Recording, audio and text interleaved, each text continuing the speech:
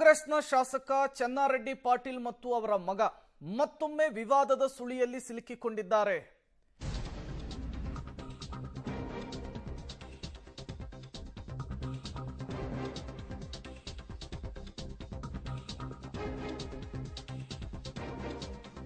Yadgir DYSP ವಿಜಯಕ್ರಾಂತಿಗೆ posting ಆದರೂ ಕೆಲಸಕ್ಕೆ ಅಡ್ಡಿ ಮಾಡ್ತಿದ್ದಾರೆ ಎನ್ನುವಂತಹ ಆರೋಪ.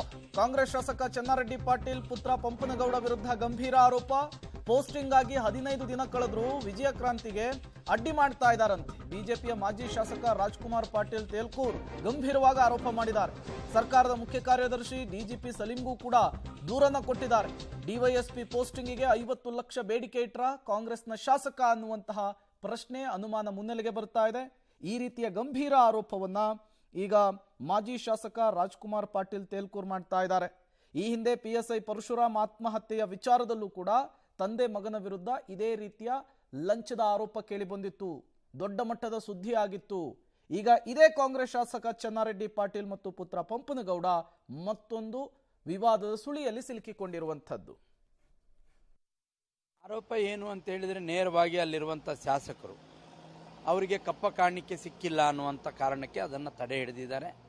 ಮತ್ತು ಇವರು ಮೊದಲನೇ ಬಾರಿ ಡೈರೆಕ್ಟ್ DYSP ಹುದ್ದೆಗೆ ಬರ್ತಾ ಇರುವಂಥ ಕಾರಣಕ್ಕೆ ಅವ್ರ ಮಾತುಗಳು ಕೇಳ್ತಾರೋ ಇಲ್ವೋ, ಅವರ ಹಿಂಬಾಲಕರು ಮಾಡುವಂಥ ದರೋಡೆ, ಕಳ್ಳತನ, ಕ್ರಿಮಿನಲ್ ಕೇಸ್ಗಳು, ಕೊಲೆ, ಸುಲಿಗೆ ಇದಕ್ಕೆ ಸಹಕಾರ ಕೊಡ್ತಾರೋ ಇಲ್ವೋ ಅನ್ನುವಂಥ ಒಂದು ಭಯದಲ್ಲಿ ಮತ್ತು ಅವರಿಗೆ ಸಿಗಬೇಕಾದಂಥ ಕಪ್ಪ ಕಾಣಿಕೆ ದೊರೆತಿಲ್ಲ ಅನ್ನುವಂಥ ಕಾರಣಕ್ಕೆ ಅದನ್ನು ತಡೆ ಹಿಡಿತಕ್ಕಂಥ ಕೆಲಸವನ್ನು ಅಲ್ಲಿನ ಶಾಸಕರು ಮಾಡಿದ್ದಾರೆ ಅಂತ. ಶಾಸಕರು ಅಲ್ಲಿರುವಂಥ ಶಾಸಕರು ಮತ್ತು ಅವರ ಯಾದಗಿರಿ ಶಾಸಕರು ಮತ್ತು ಅವರ ಪುತ್ರ, ಇದು ಯಾಕೆ ಈ ಮಾತನ್ನು ಹೇಳಬೇಕಾಗ್ತದೆ ಅಂದರೆ, ಕಳೆದ ಬಾರಿ ಒಂದು ವರ್ಷ ಕೂಡ ಆಗಿಲ್ಲ, ಅಲ್ಲಿರುವಂಥ ದಕ್ಷ ಅಧಿಕಾರಿ ಪರಶುರಾಮ್ ಅವರು ಆತ್ಮಹತ್ಯೆಗೆ ಶರಣಾಗಬೇಕಾದ್ರೆ ಇವರ ಹೆಸರನ್ನು ಹೇಳಿ ಅವರು ತಮ್ಮ ಸಾವಿಗೆ ಶರಣಾಗಿದ್ದರು.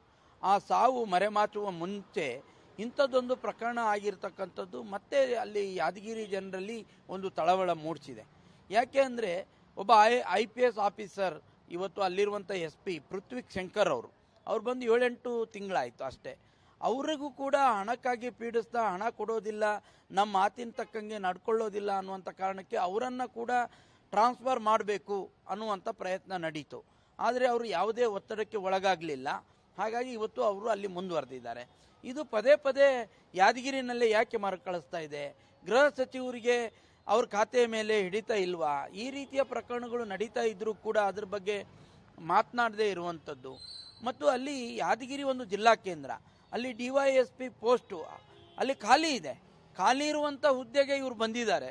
17-18 ದಿನ ಆದರೂ ಕೂಡ ಇವರು ಕರ್ತವ್ಯಕ್ಕೆ ಅಲ್ಲಿ ಬಂದು ಜಾಯ್ನಿಂಗ್ ಮಾಡ್ಕೊಂಡಿಲ್ಲ ಅಂತ ಆದರೆ ಸ್ಥಳೀಯ ಶಾಸಕರು, ಅಲ್ಲಿರುವಂಥ ಸಚಿವರು ಏನು ಮಾಡ್ತಾ ಇದ್ದಾರೆ? ಹಾಗಿದ್ರೆ ಲಾ ಆ್ಯಂಡ್ ಆರ್ಡರನ್ನು ಕಾಪಾಡಬೇಕಾದಂಥ ಪ್ರಮುಖ ಹುದ್ದೆಯೇ 18-20 ದಿವಸಗಳಿಂದ ಖಾಲಿ ಇಟ್ಟಿರೋದು ಅಂತ ಹೇಳಿದರೆ, ಇವ್ರಿಗೆ ಯಾರೋ ಇವ್ರು ಕೇಳಿದಷ್ಟು ದುಡ್ಡು ಕೊಡುವಂಥವ್ರು ಸಿಕ್ಕಿಲ್ಲ ಅಂತ ಅನಿಸುತ್ತೆ.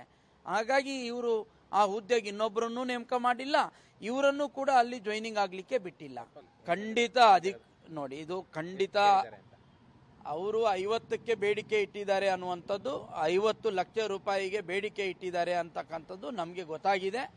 ಮತ್ತು ಇವತ್ತು ಅಷ್ಟು ಹಣ ನಮಗೆ ಕೊಡ್ಲಿಕ್ಕೆ ಆಗೋದಿಲ್ಲ ಅಂತಕ್ಕಂಥದ್ದನ್ನು ಅವ್ರ ಕುಟುಂಬದವರು ಹೇಳಿದ್ದಾರೆ ಅಂತಕ್ಕಂಥ ಮಾಹಿತಿ ನಮಗಿದೆ. ಹಾಗೆ ಇದು ರಾಜ್ಕುಮಾರ್ ಪಾಟೀಲ್ ತೇಲ್ಕೂರ್ ಮಾಡ್ತಾ ಇರುವಂತಹ ಆರೋಪ. ಚೆನ್ನಾರೆಡ್ಡಿ ಮತ್ತು ಅವರ ಪುತ್ರನ ವಿರುದ್ಧ 50 ಲಕ್ಷ ರೂಪಾಯಿಗೆ DYSP ಪೋಸ್ಟಿಂಗಿಗೋಸ್ಕರ ಡಿಮ್ಯಾಂಡ್ ಇಟ್ಟಿದ್ದಾರೆ ಎನ್ನುವಂತಹ ಆರೋಪ.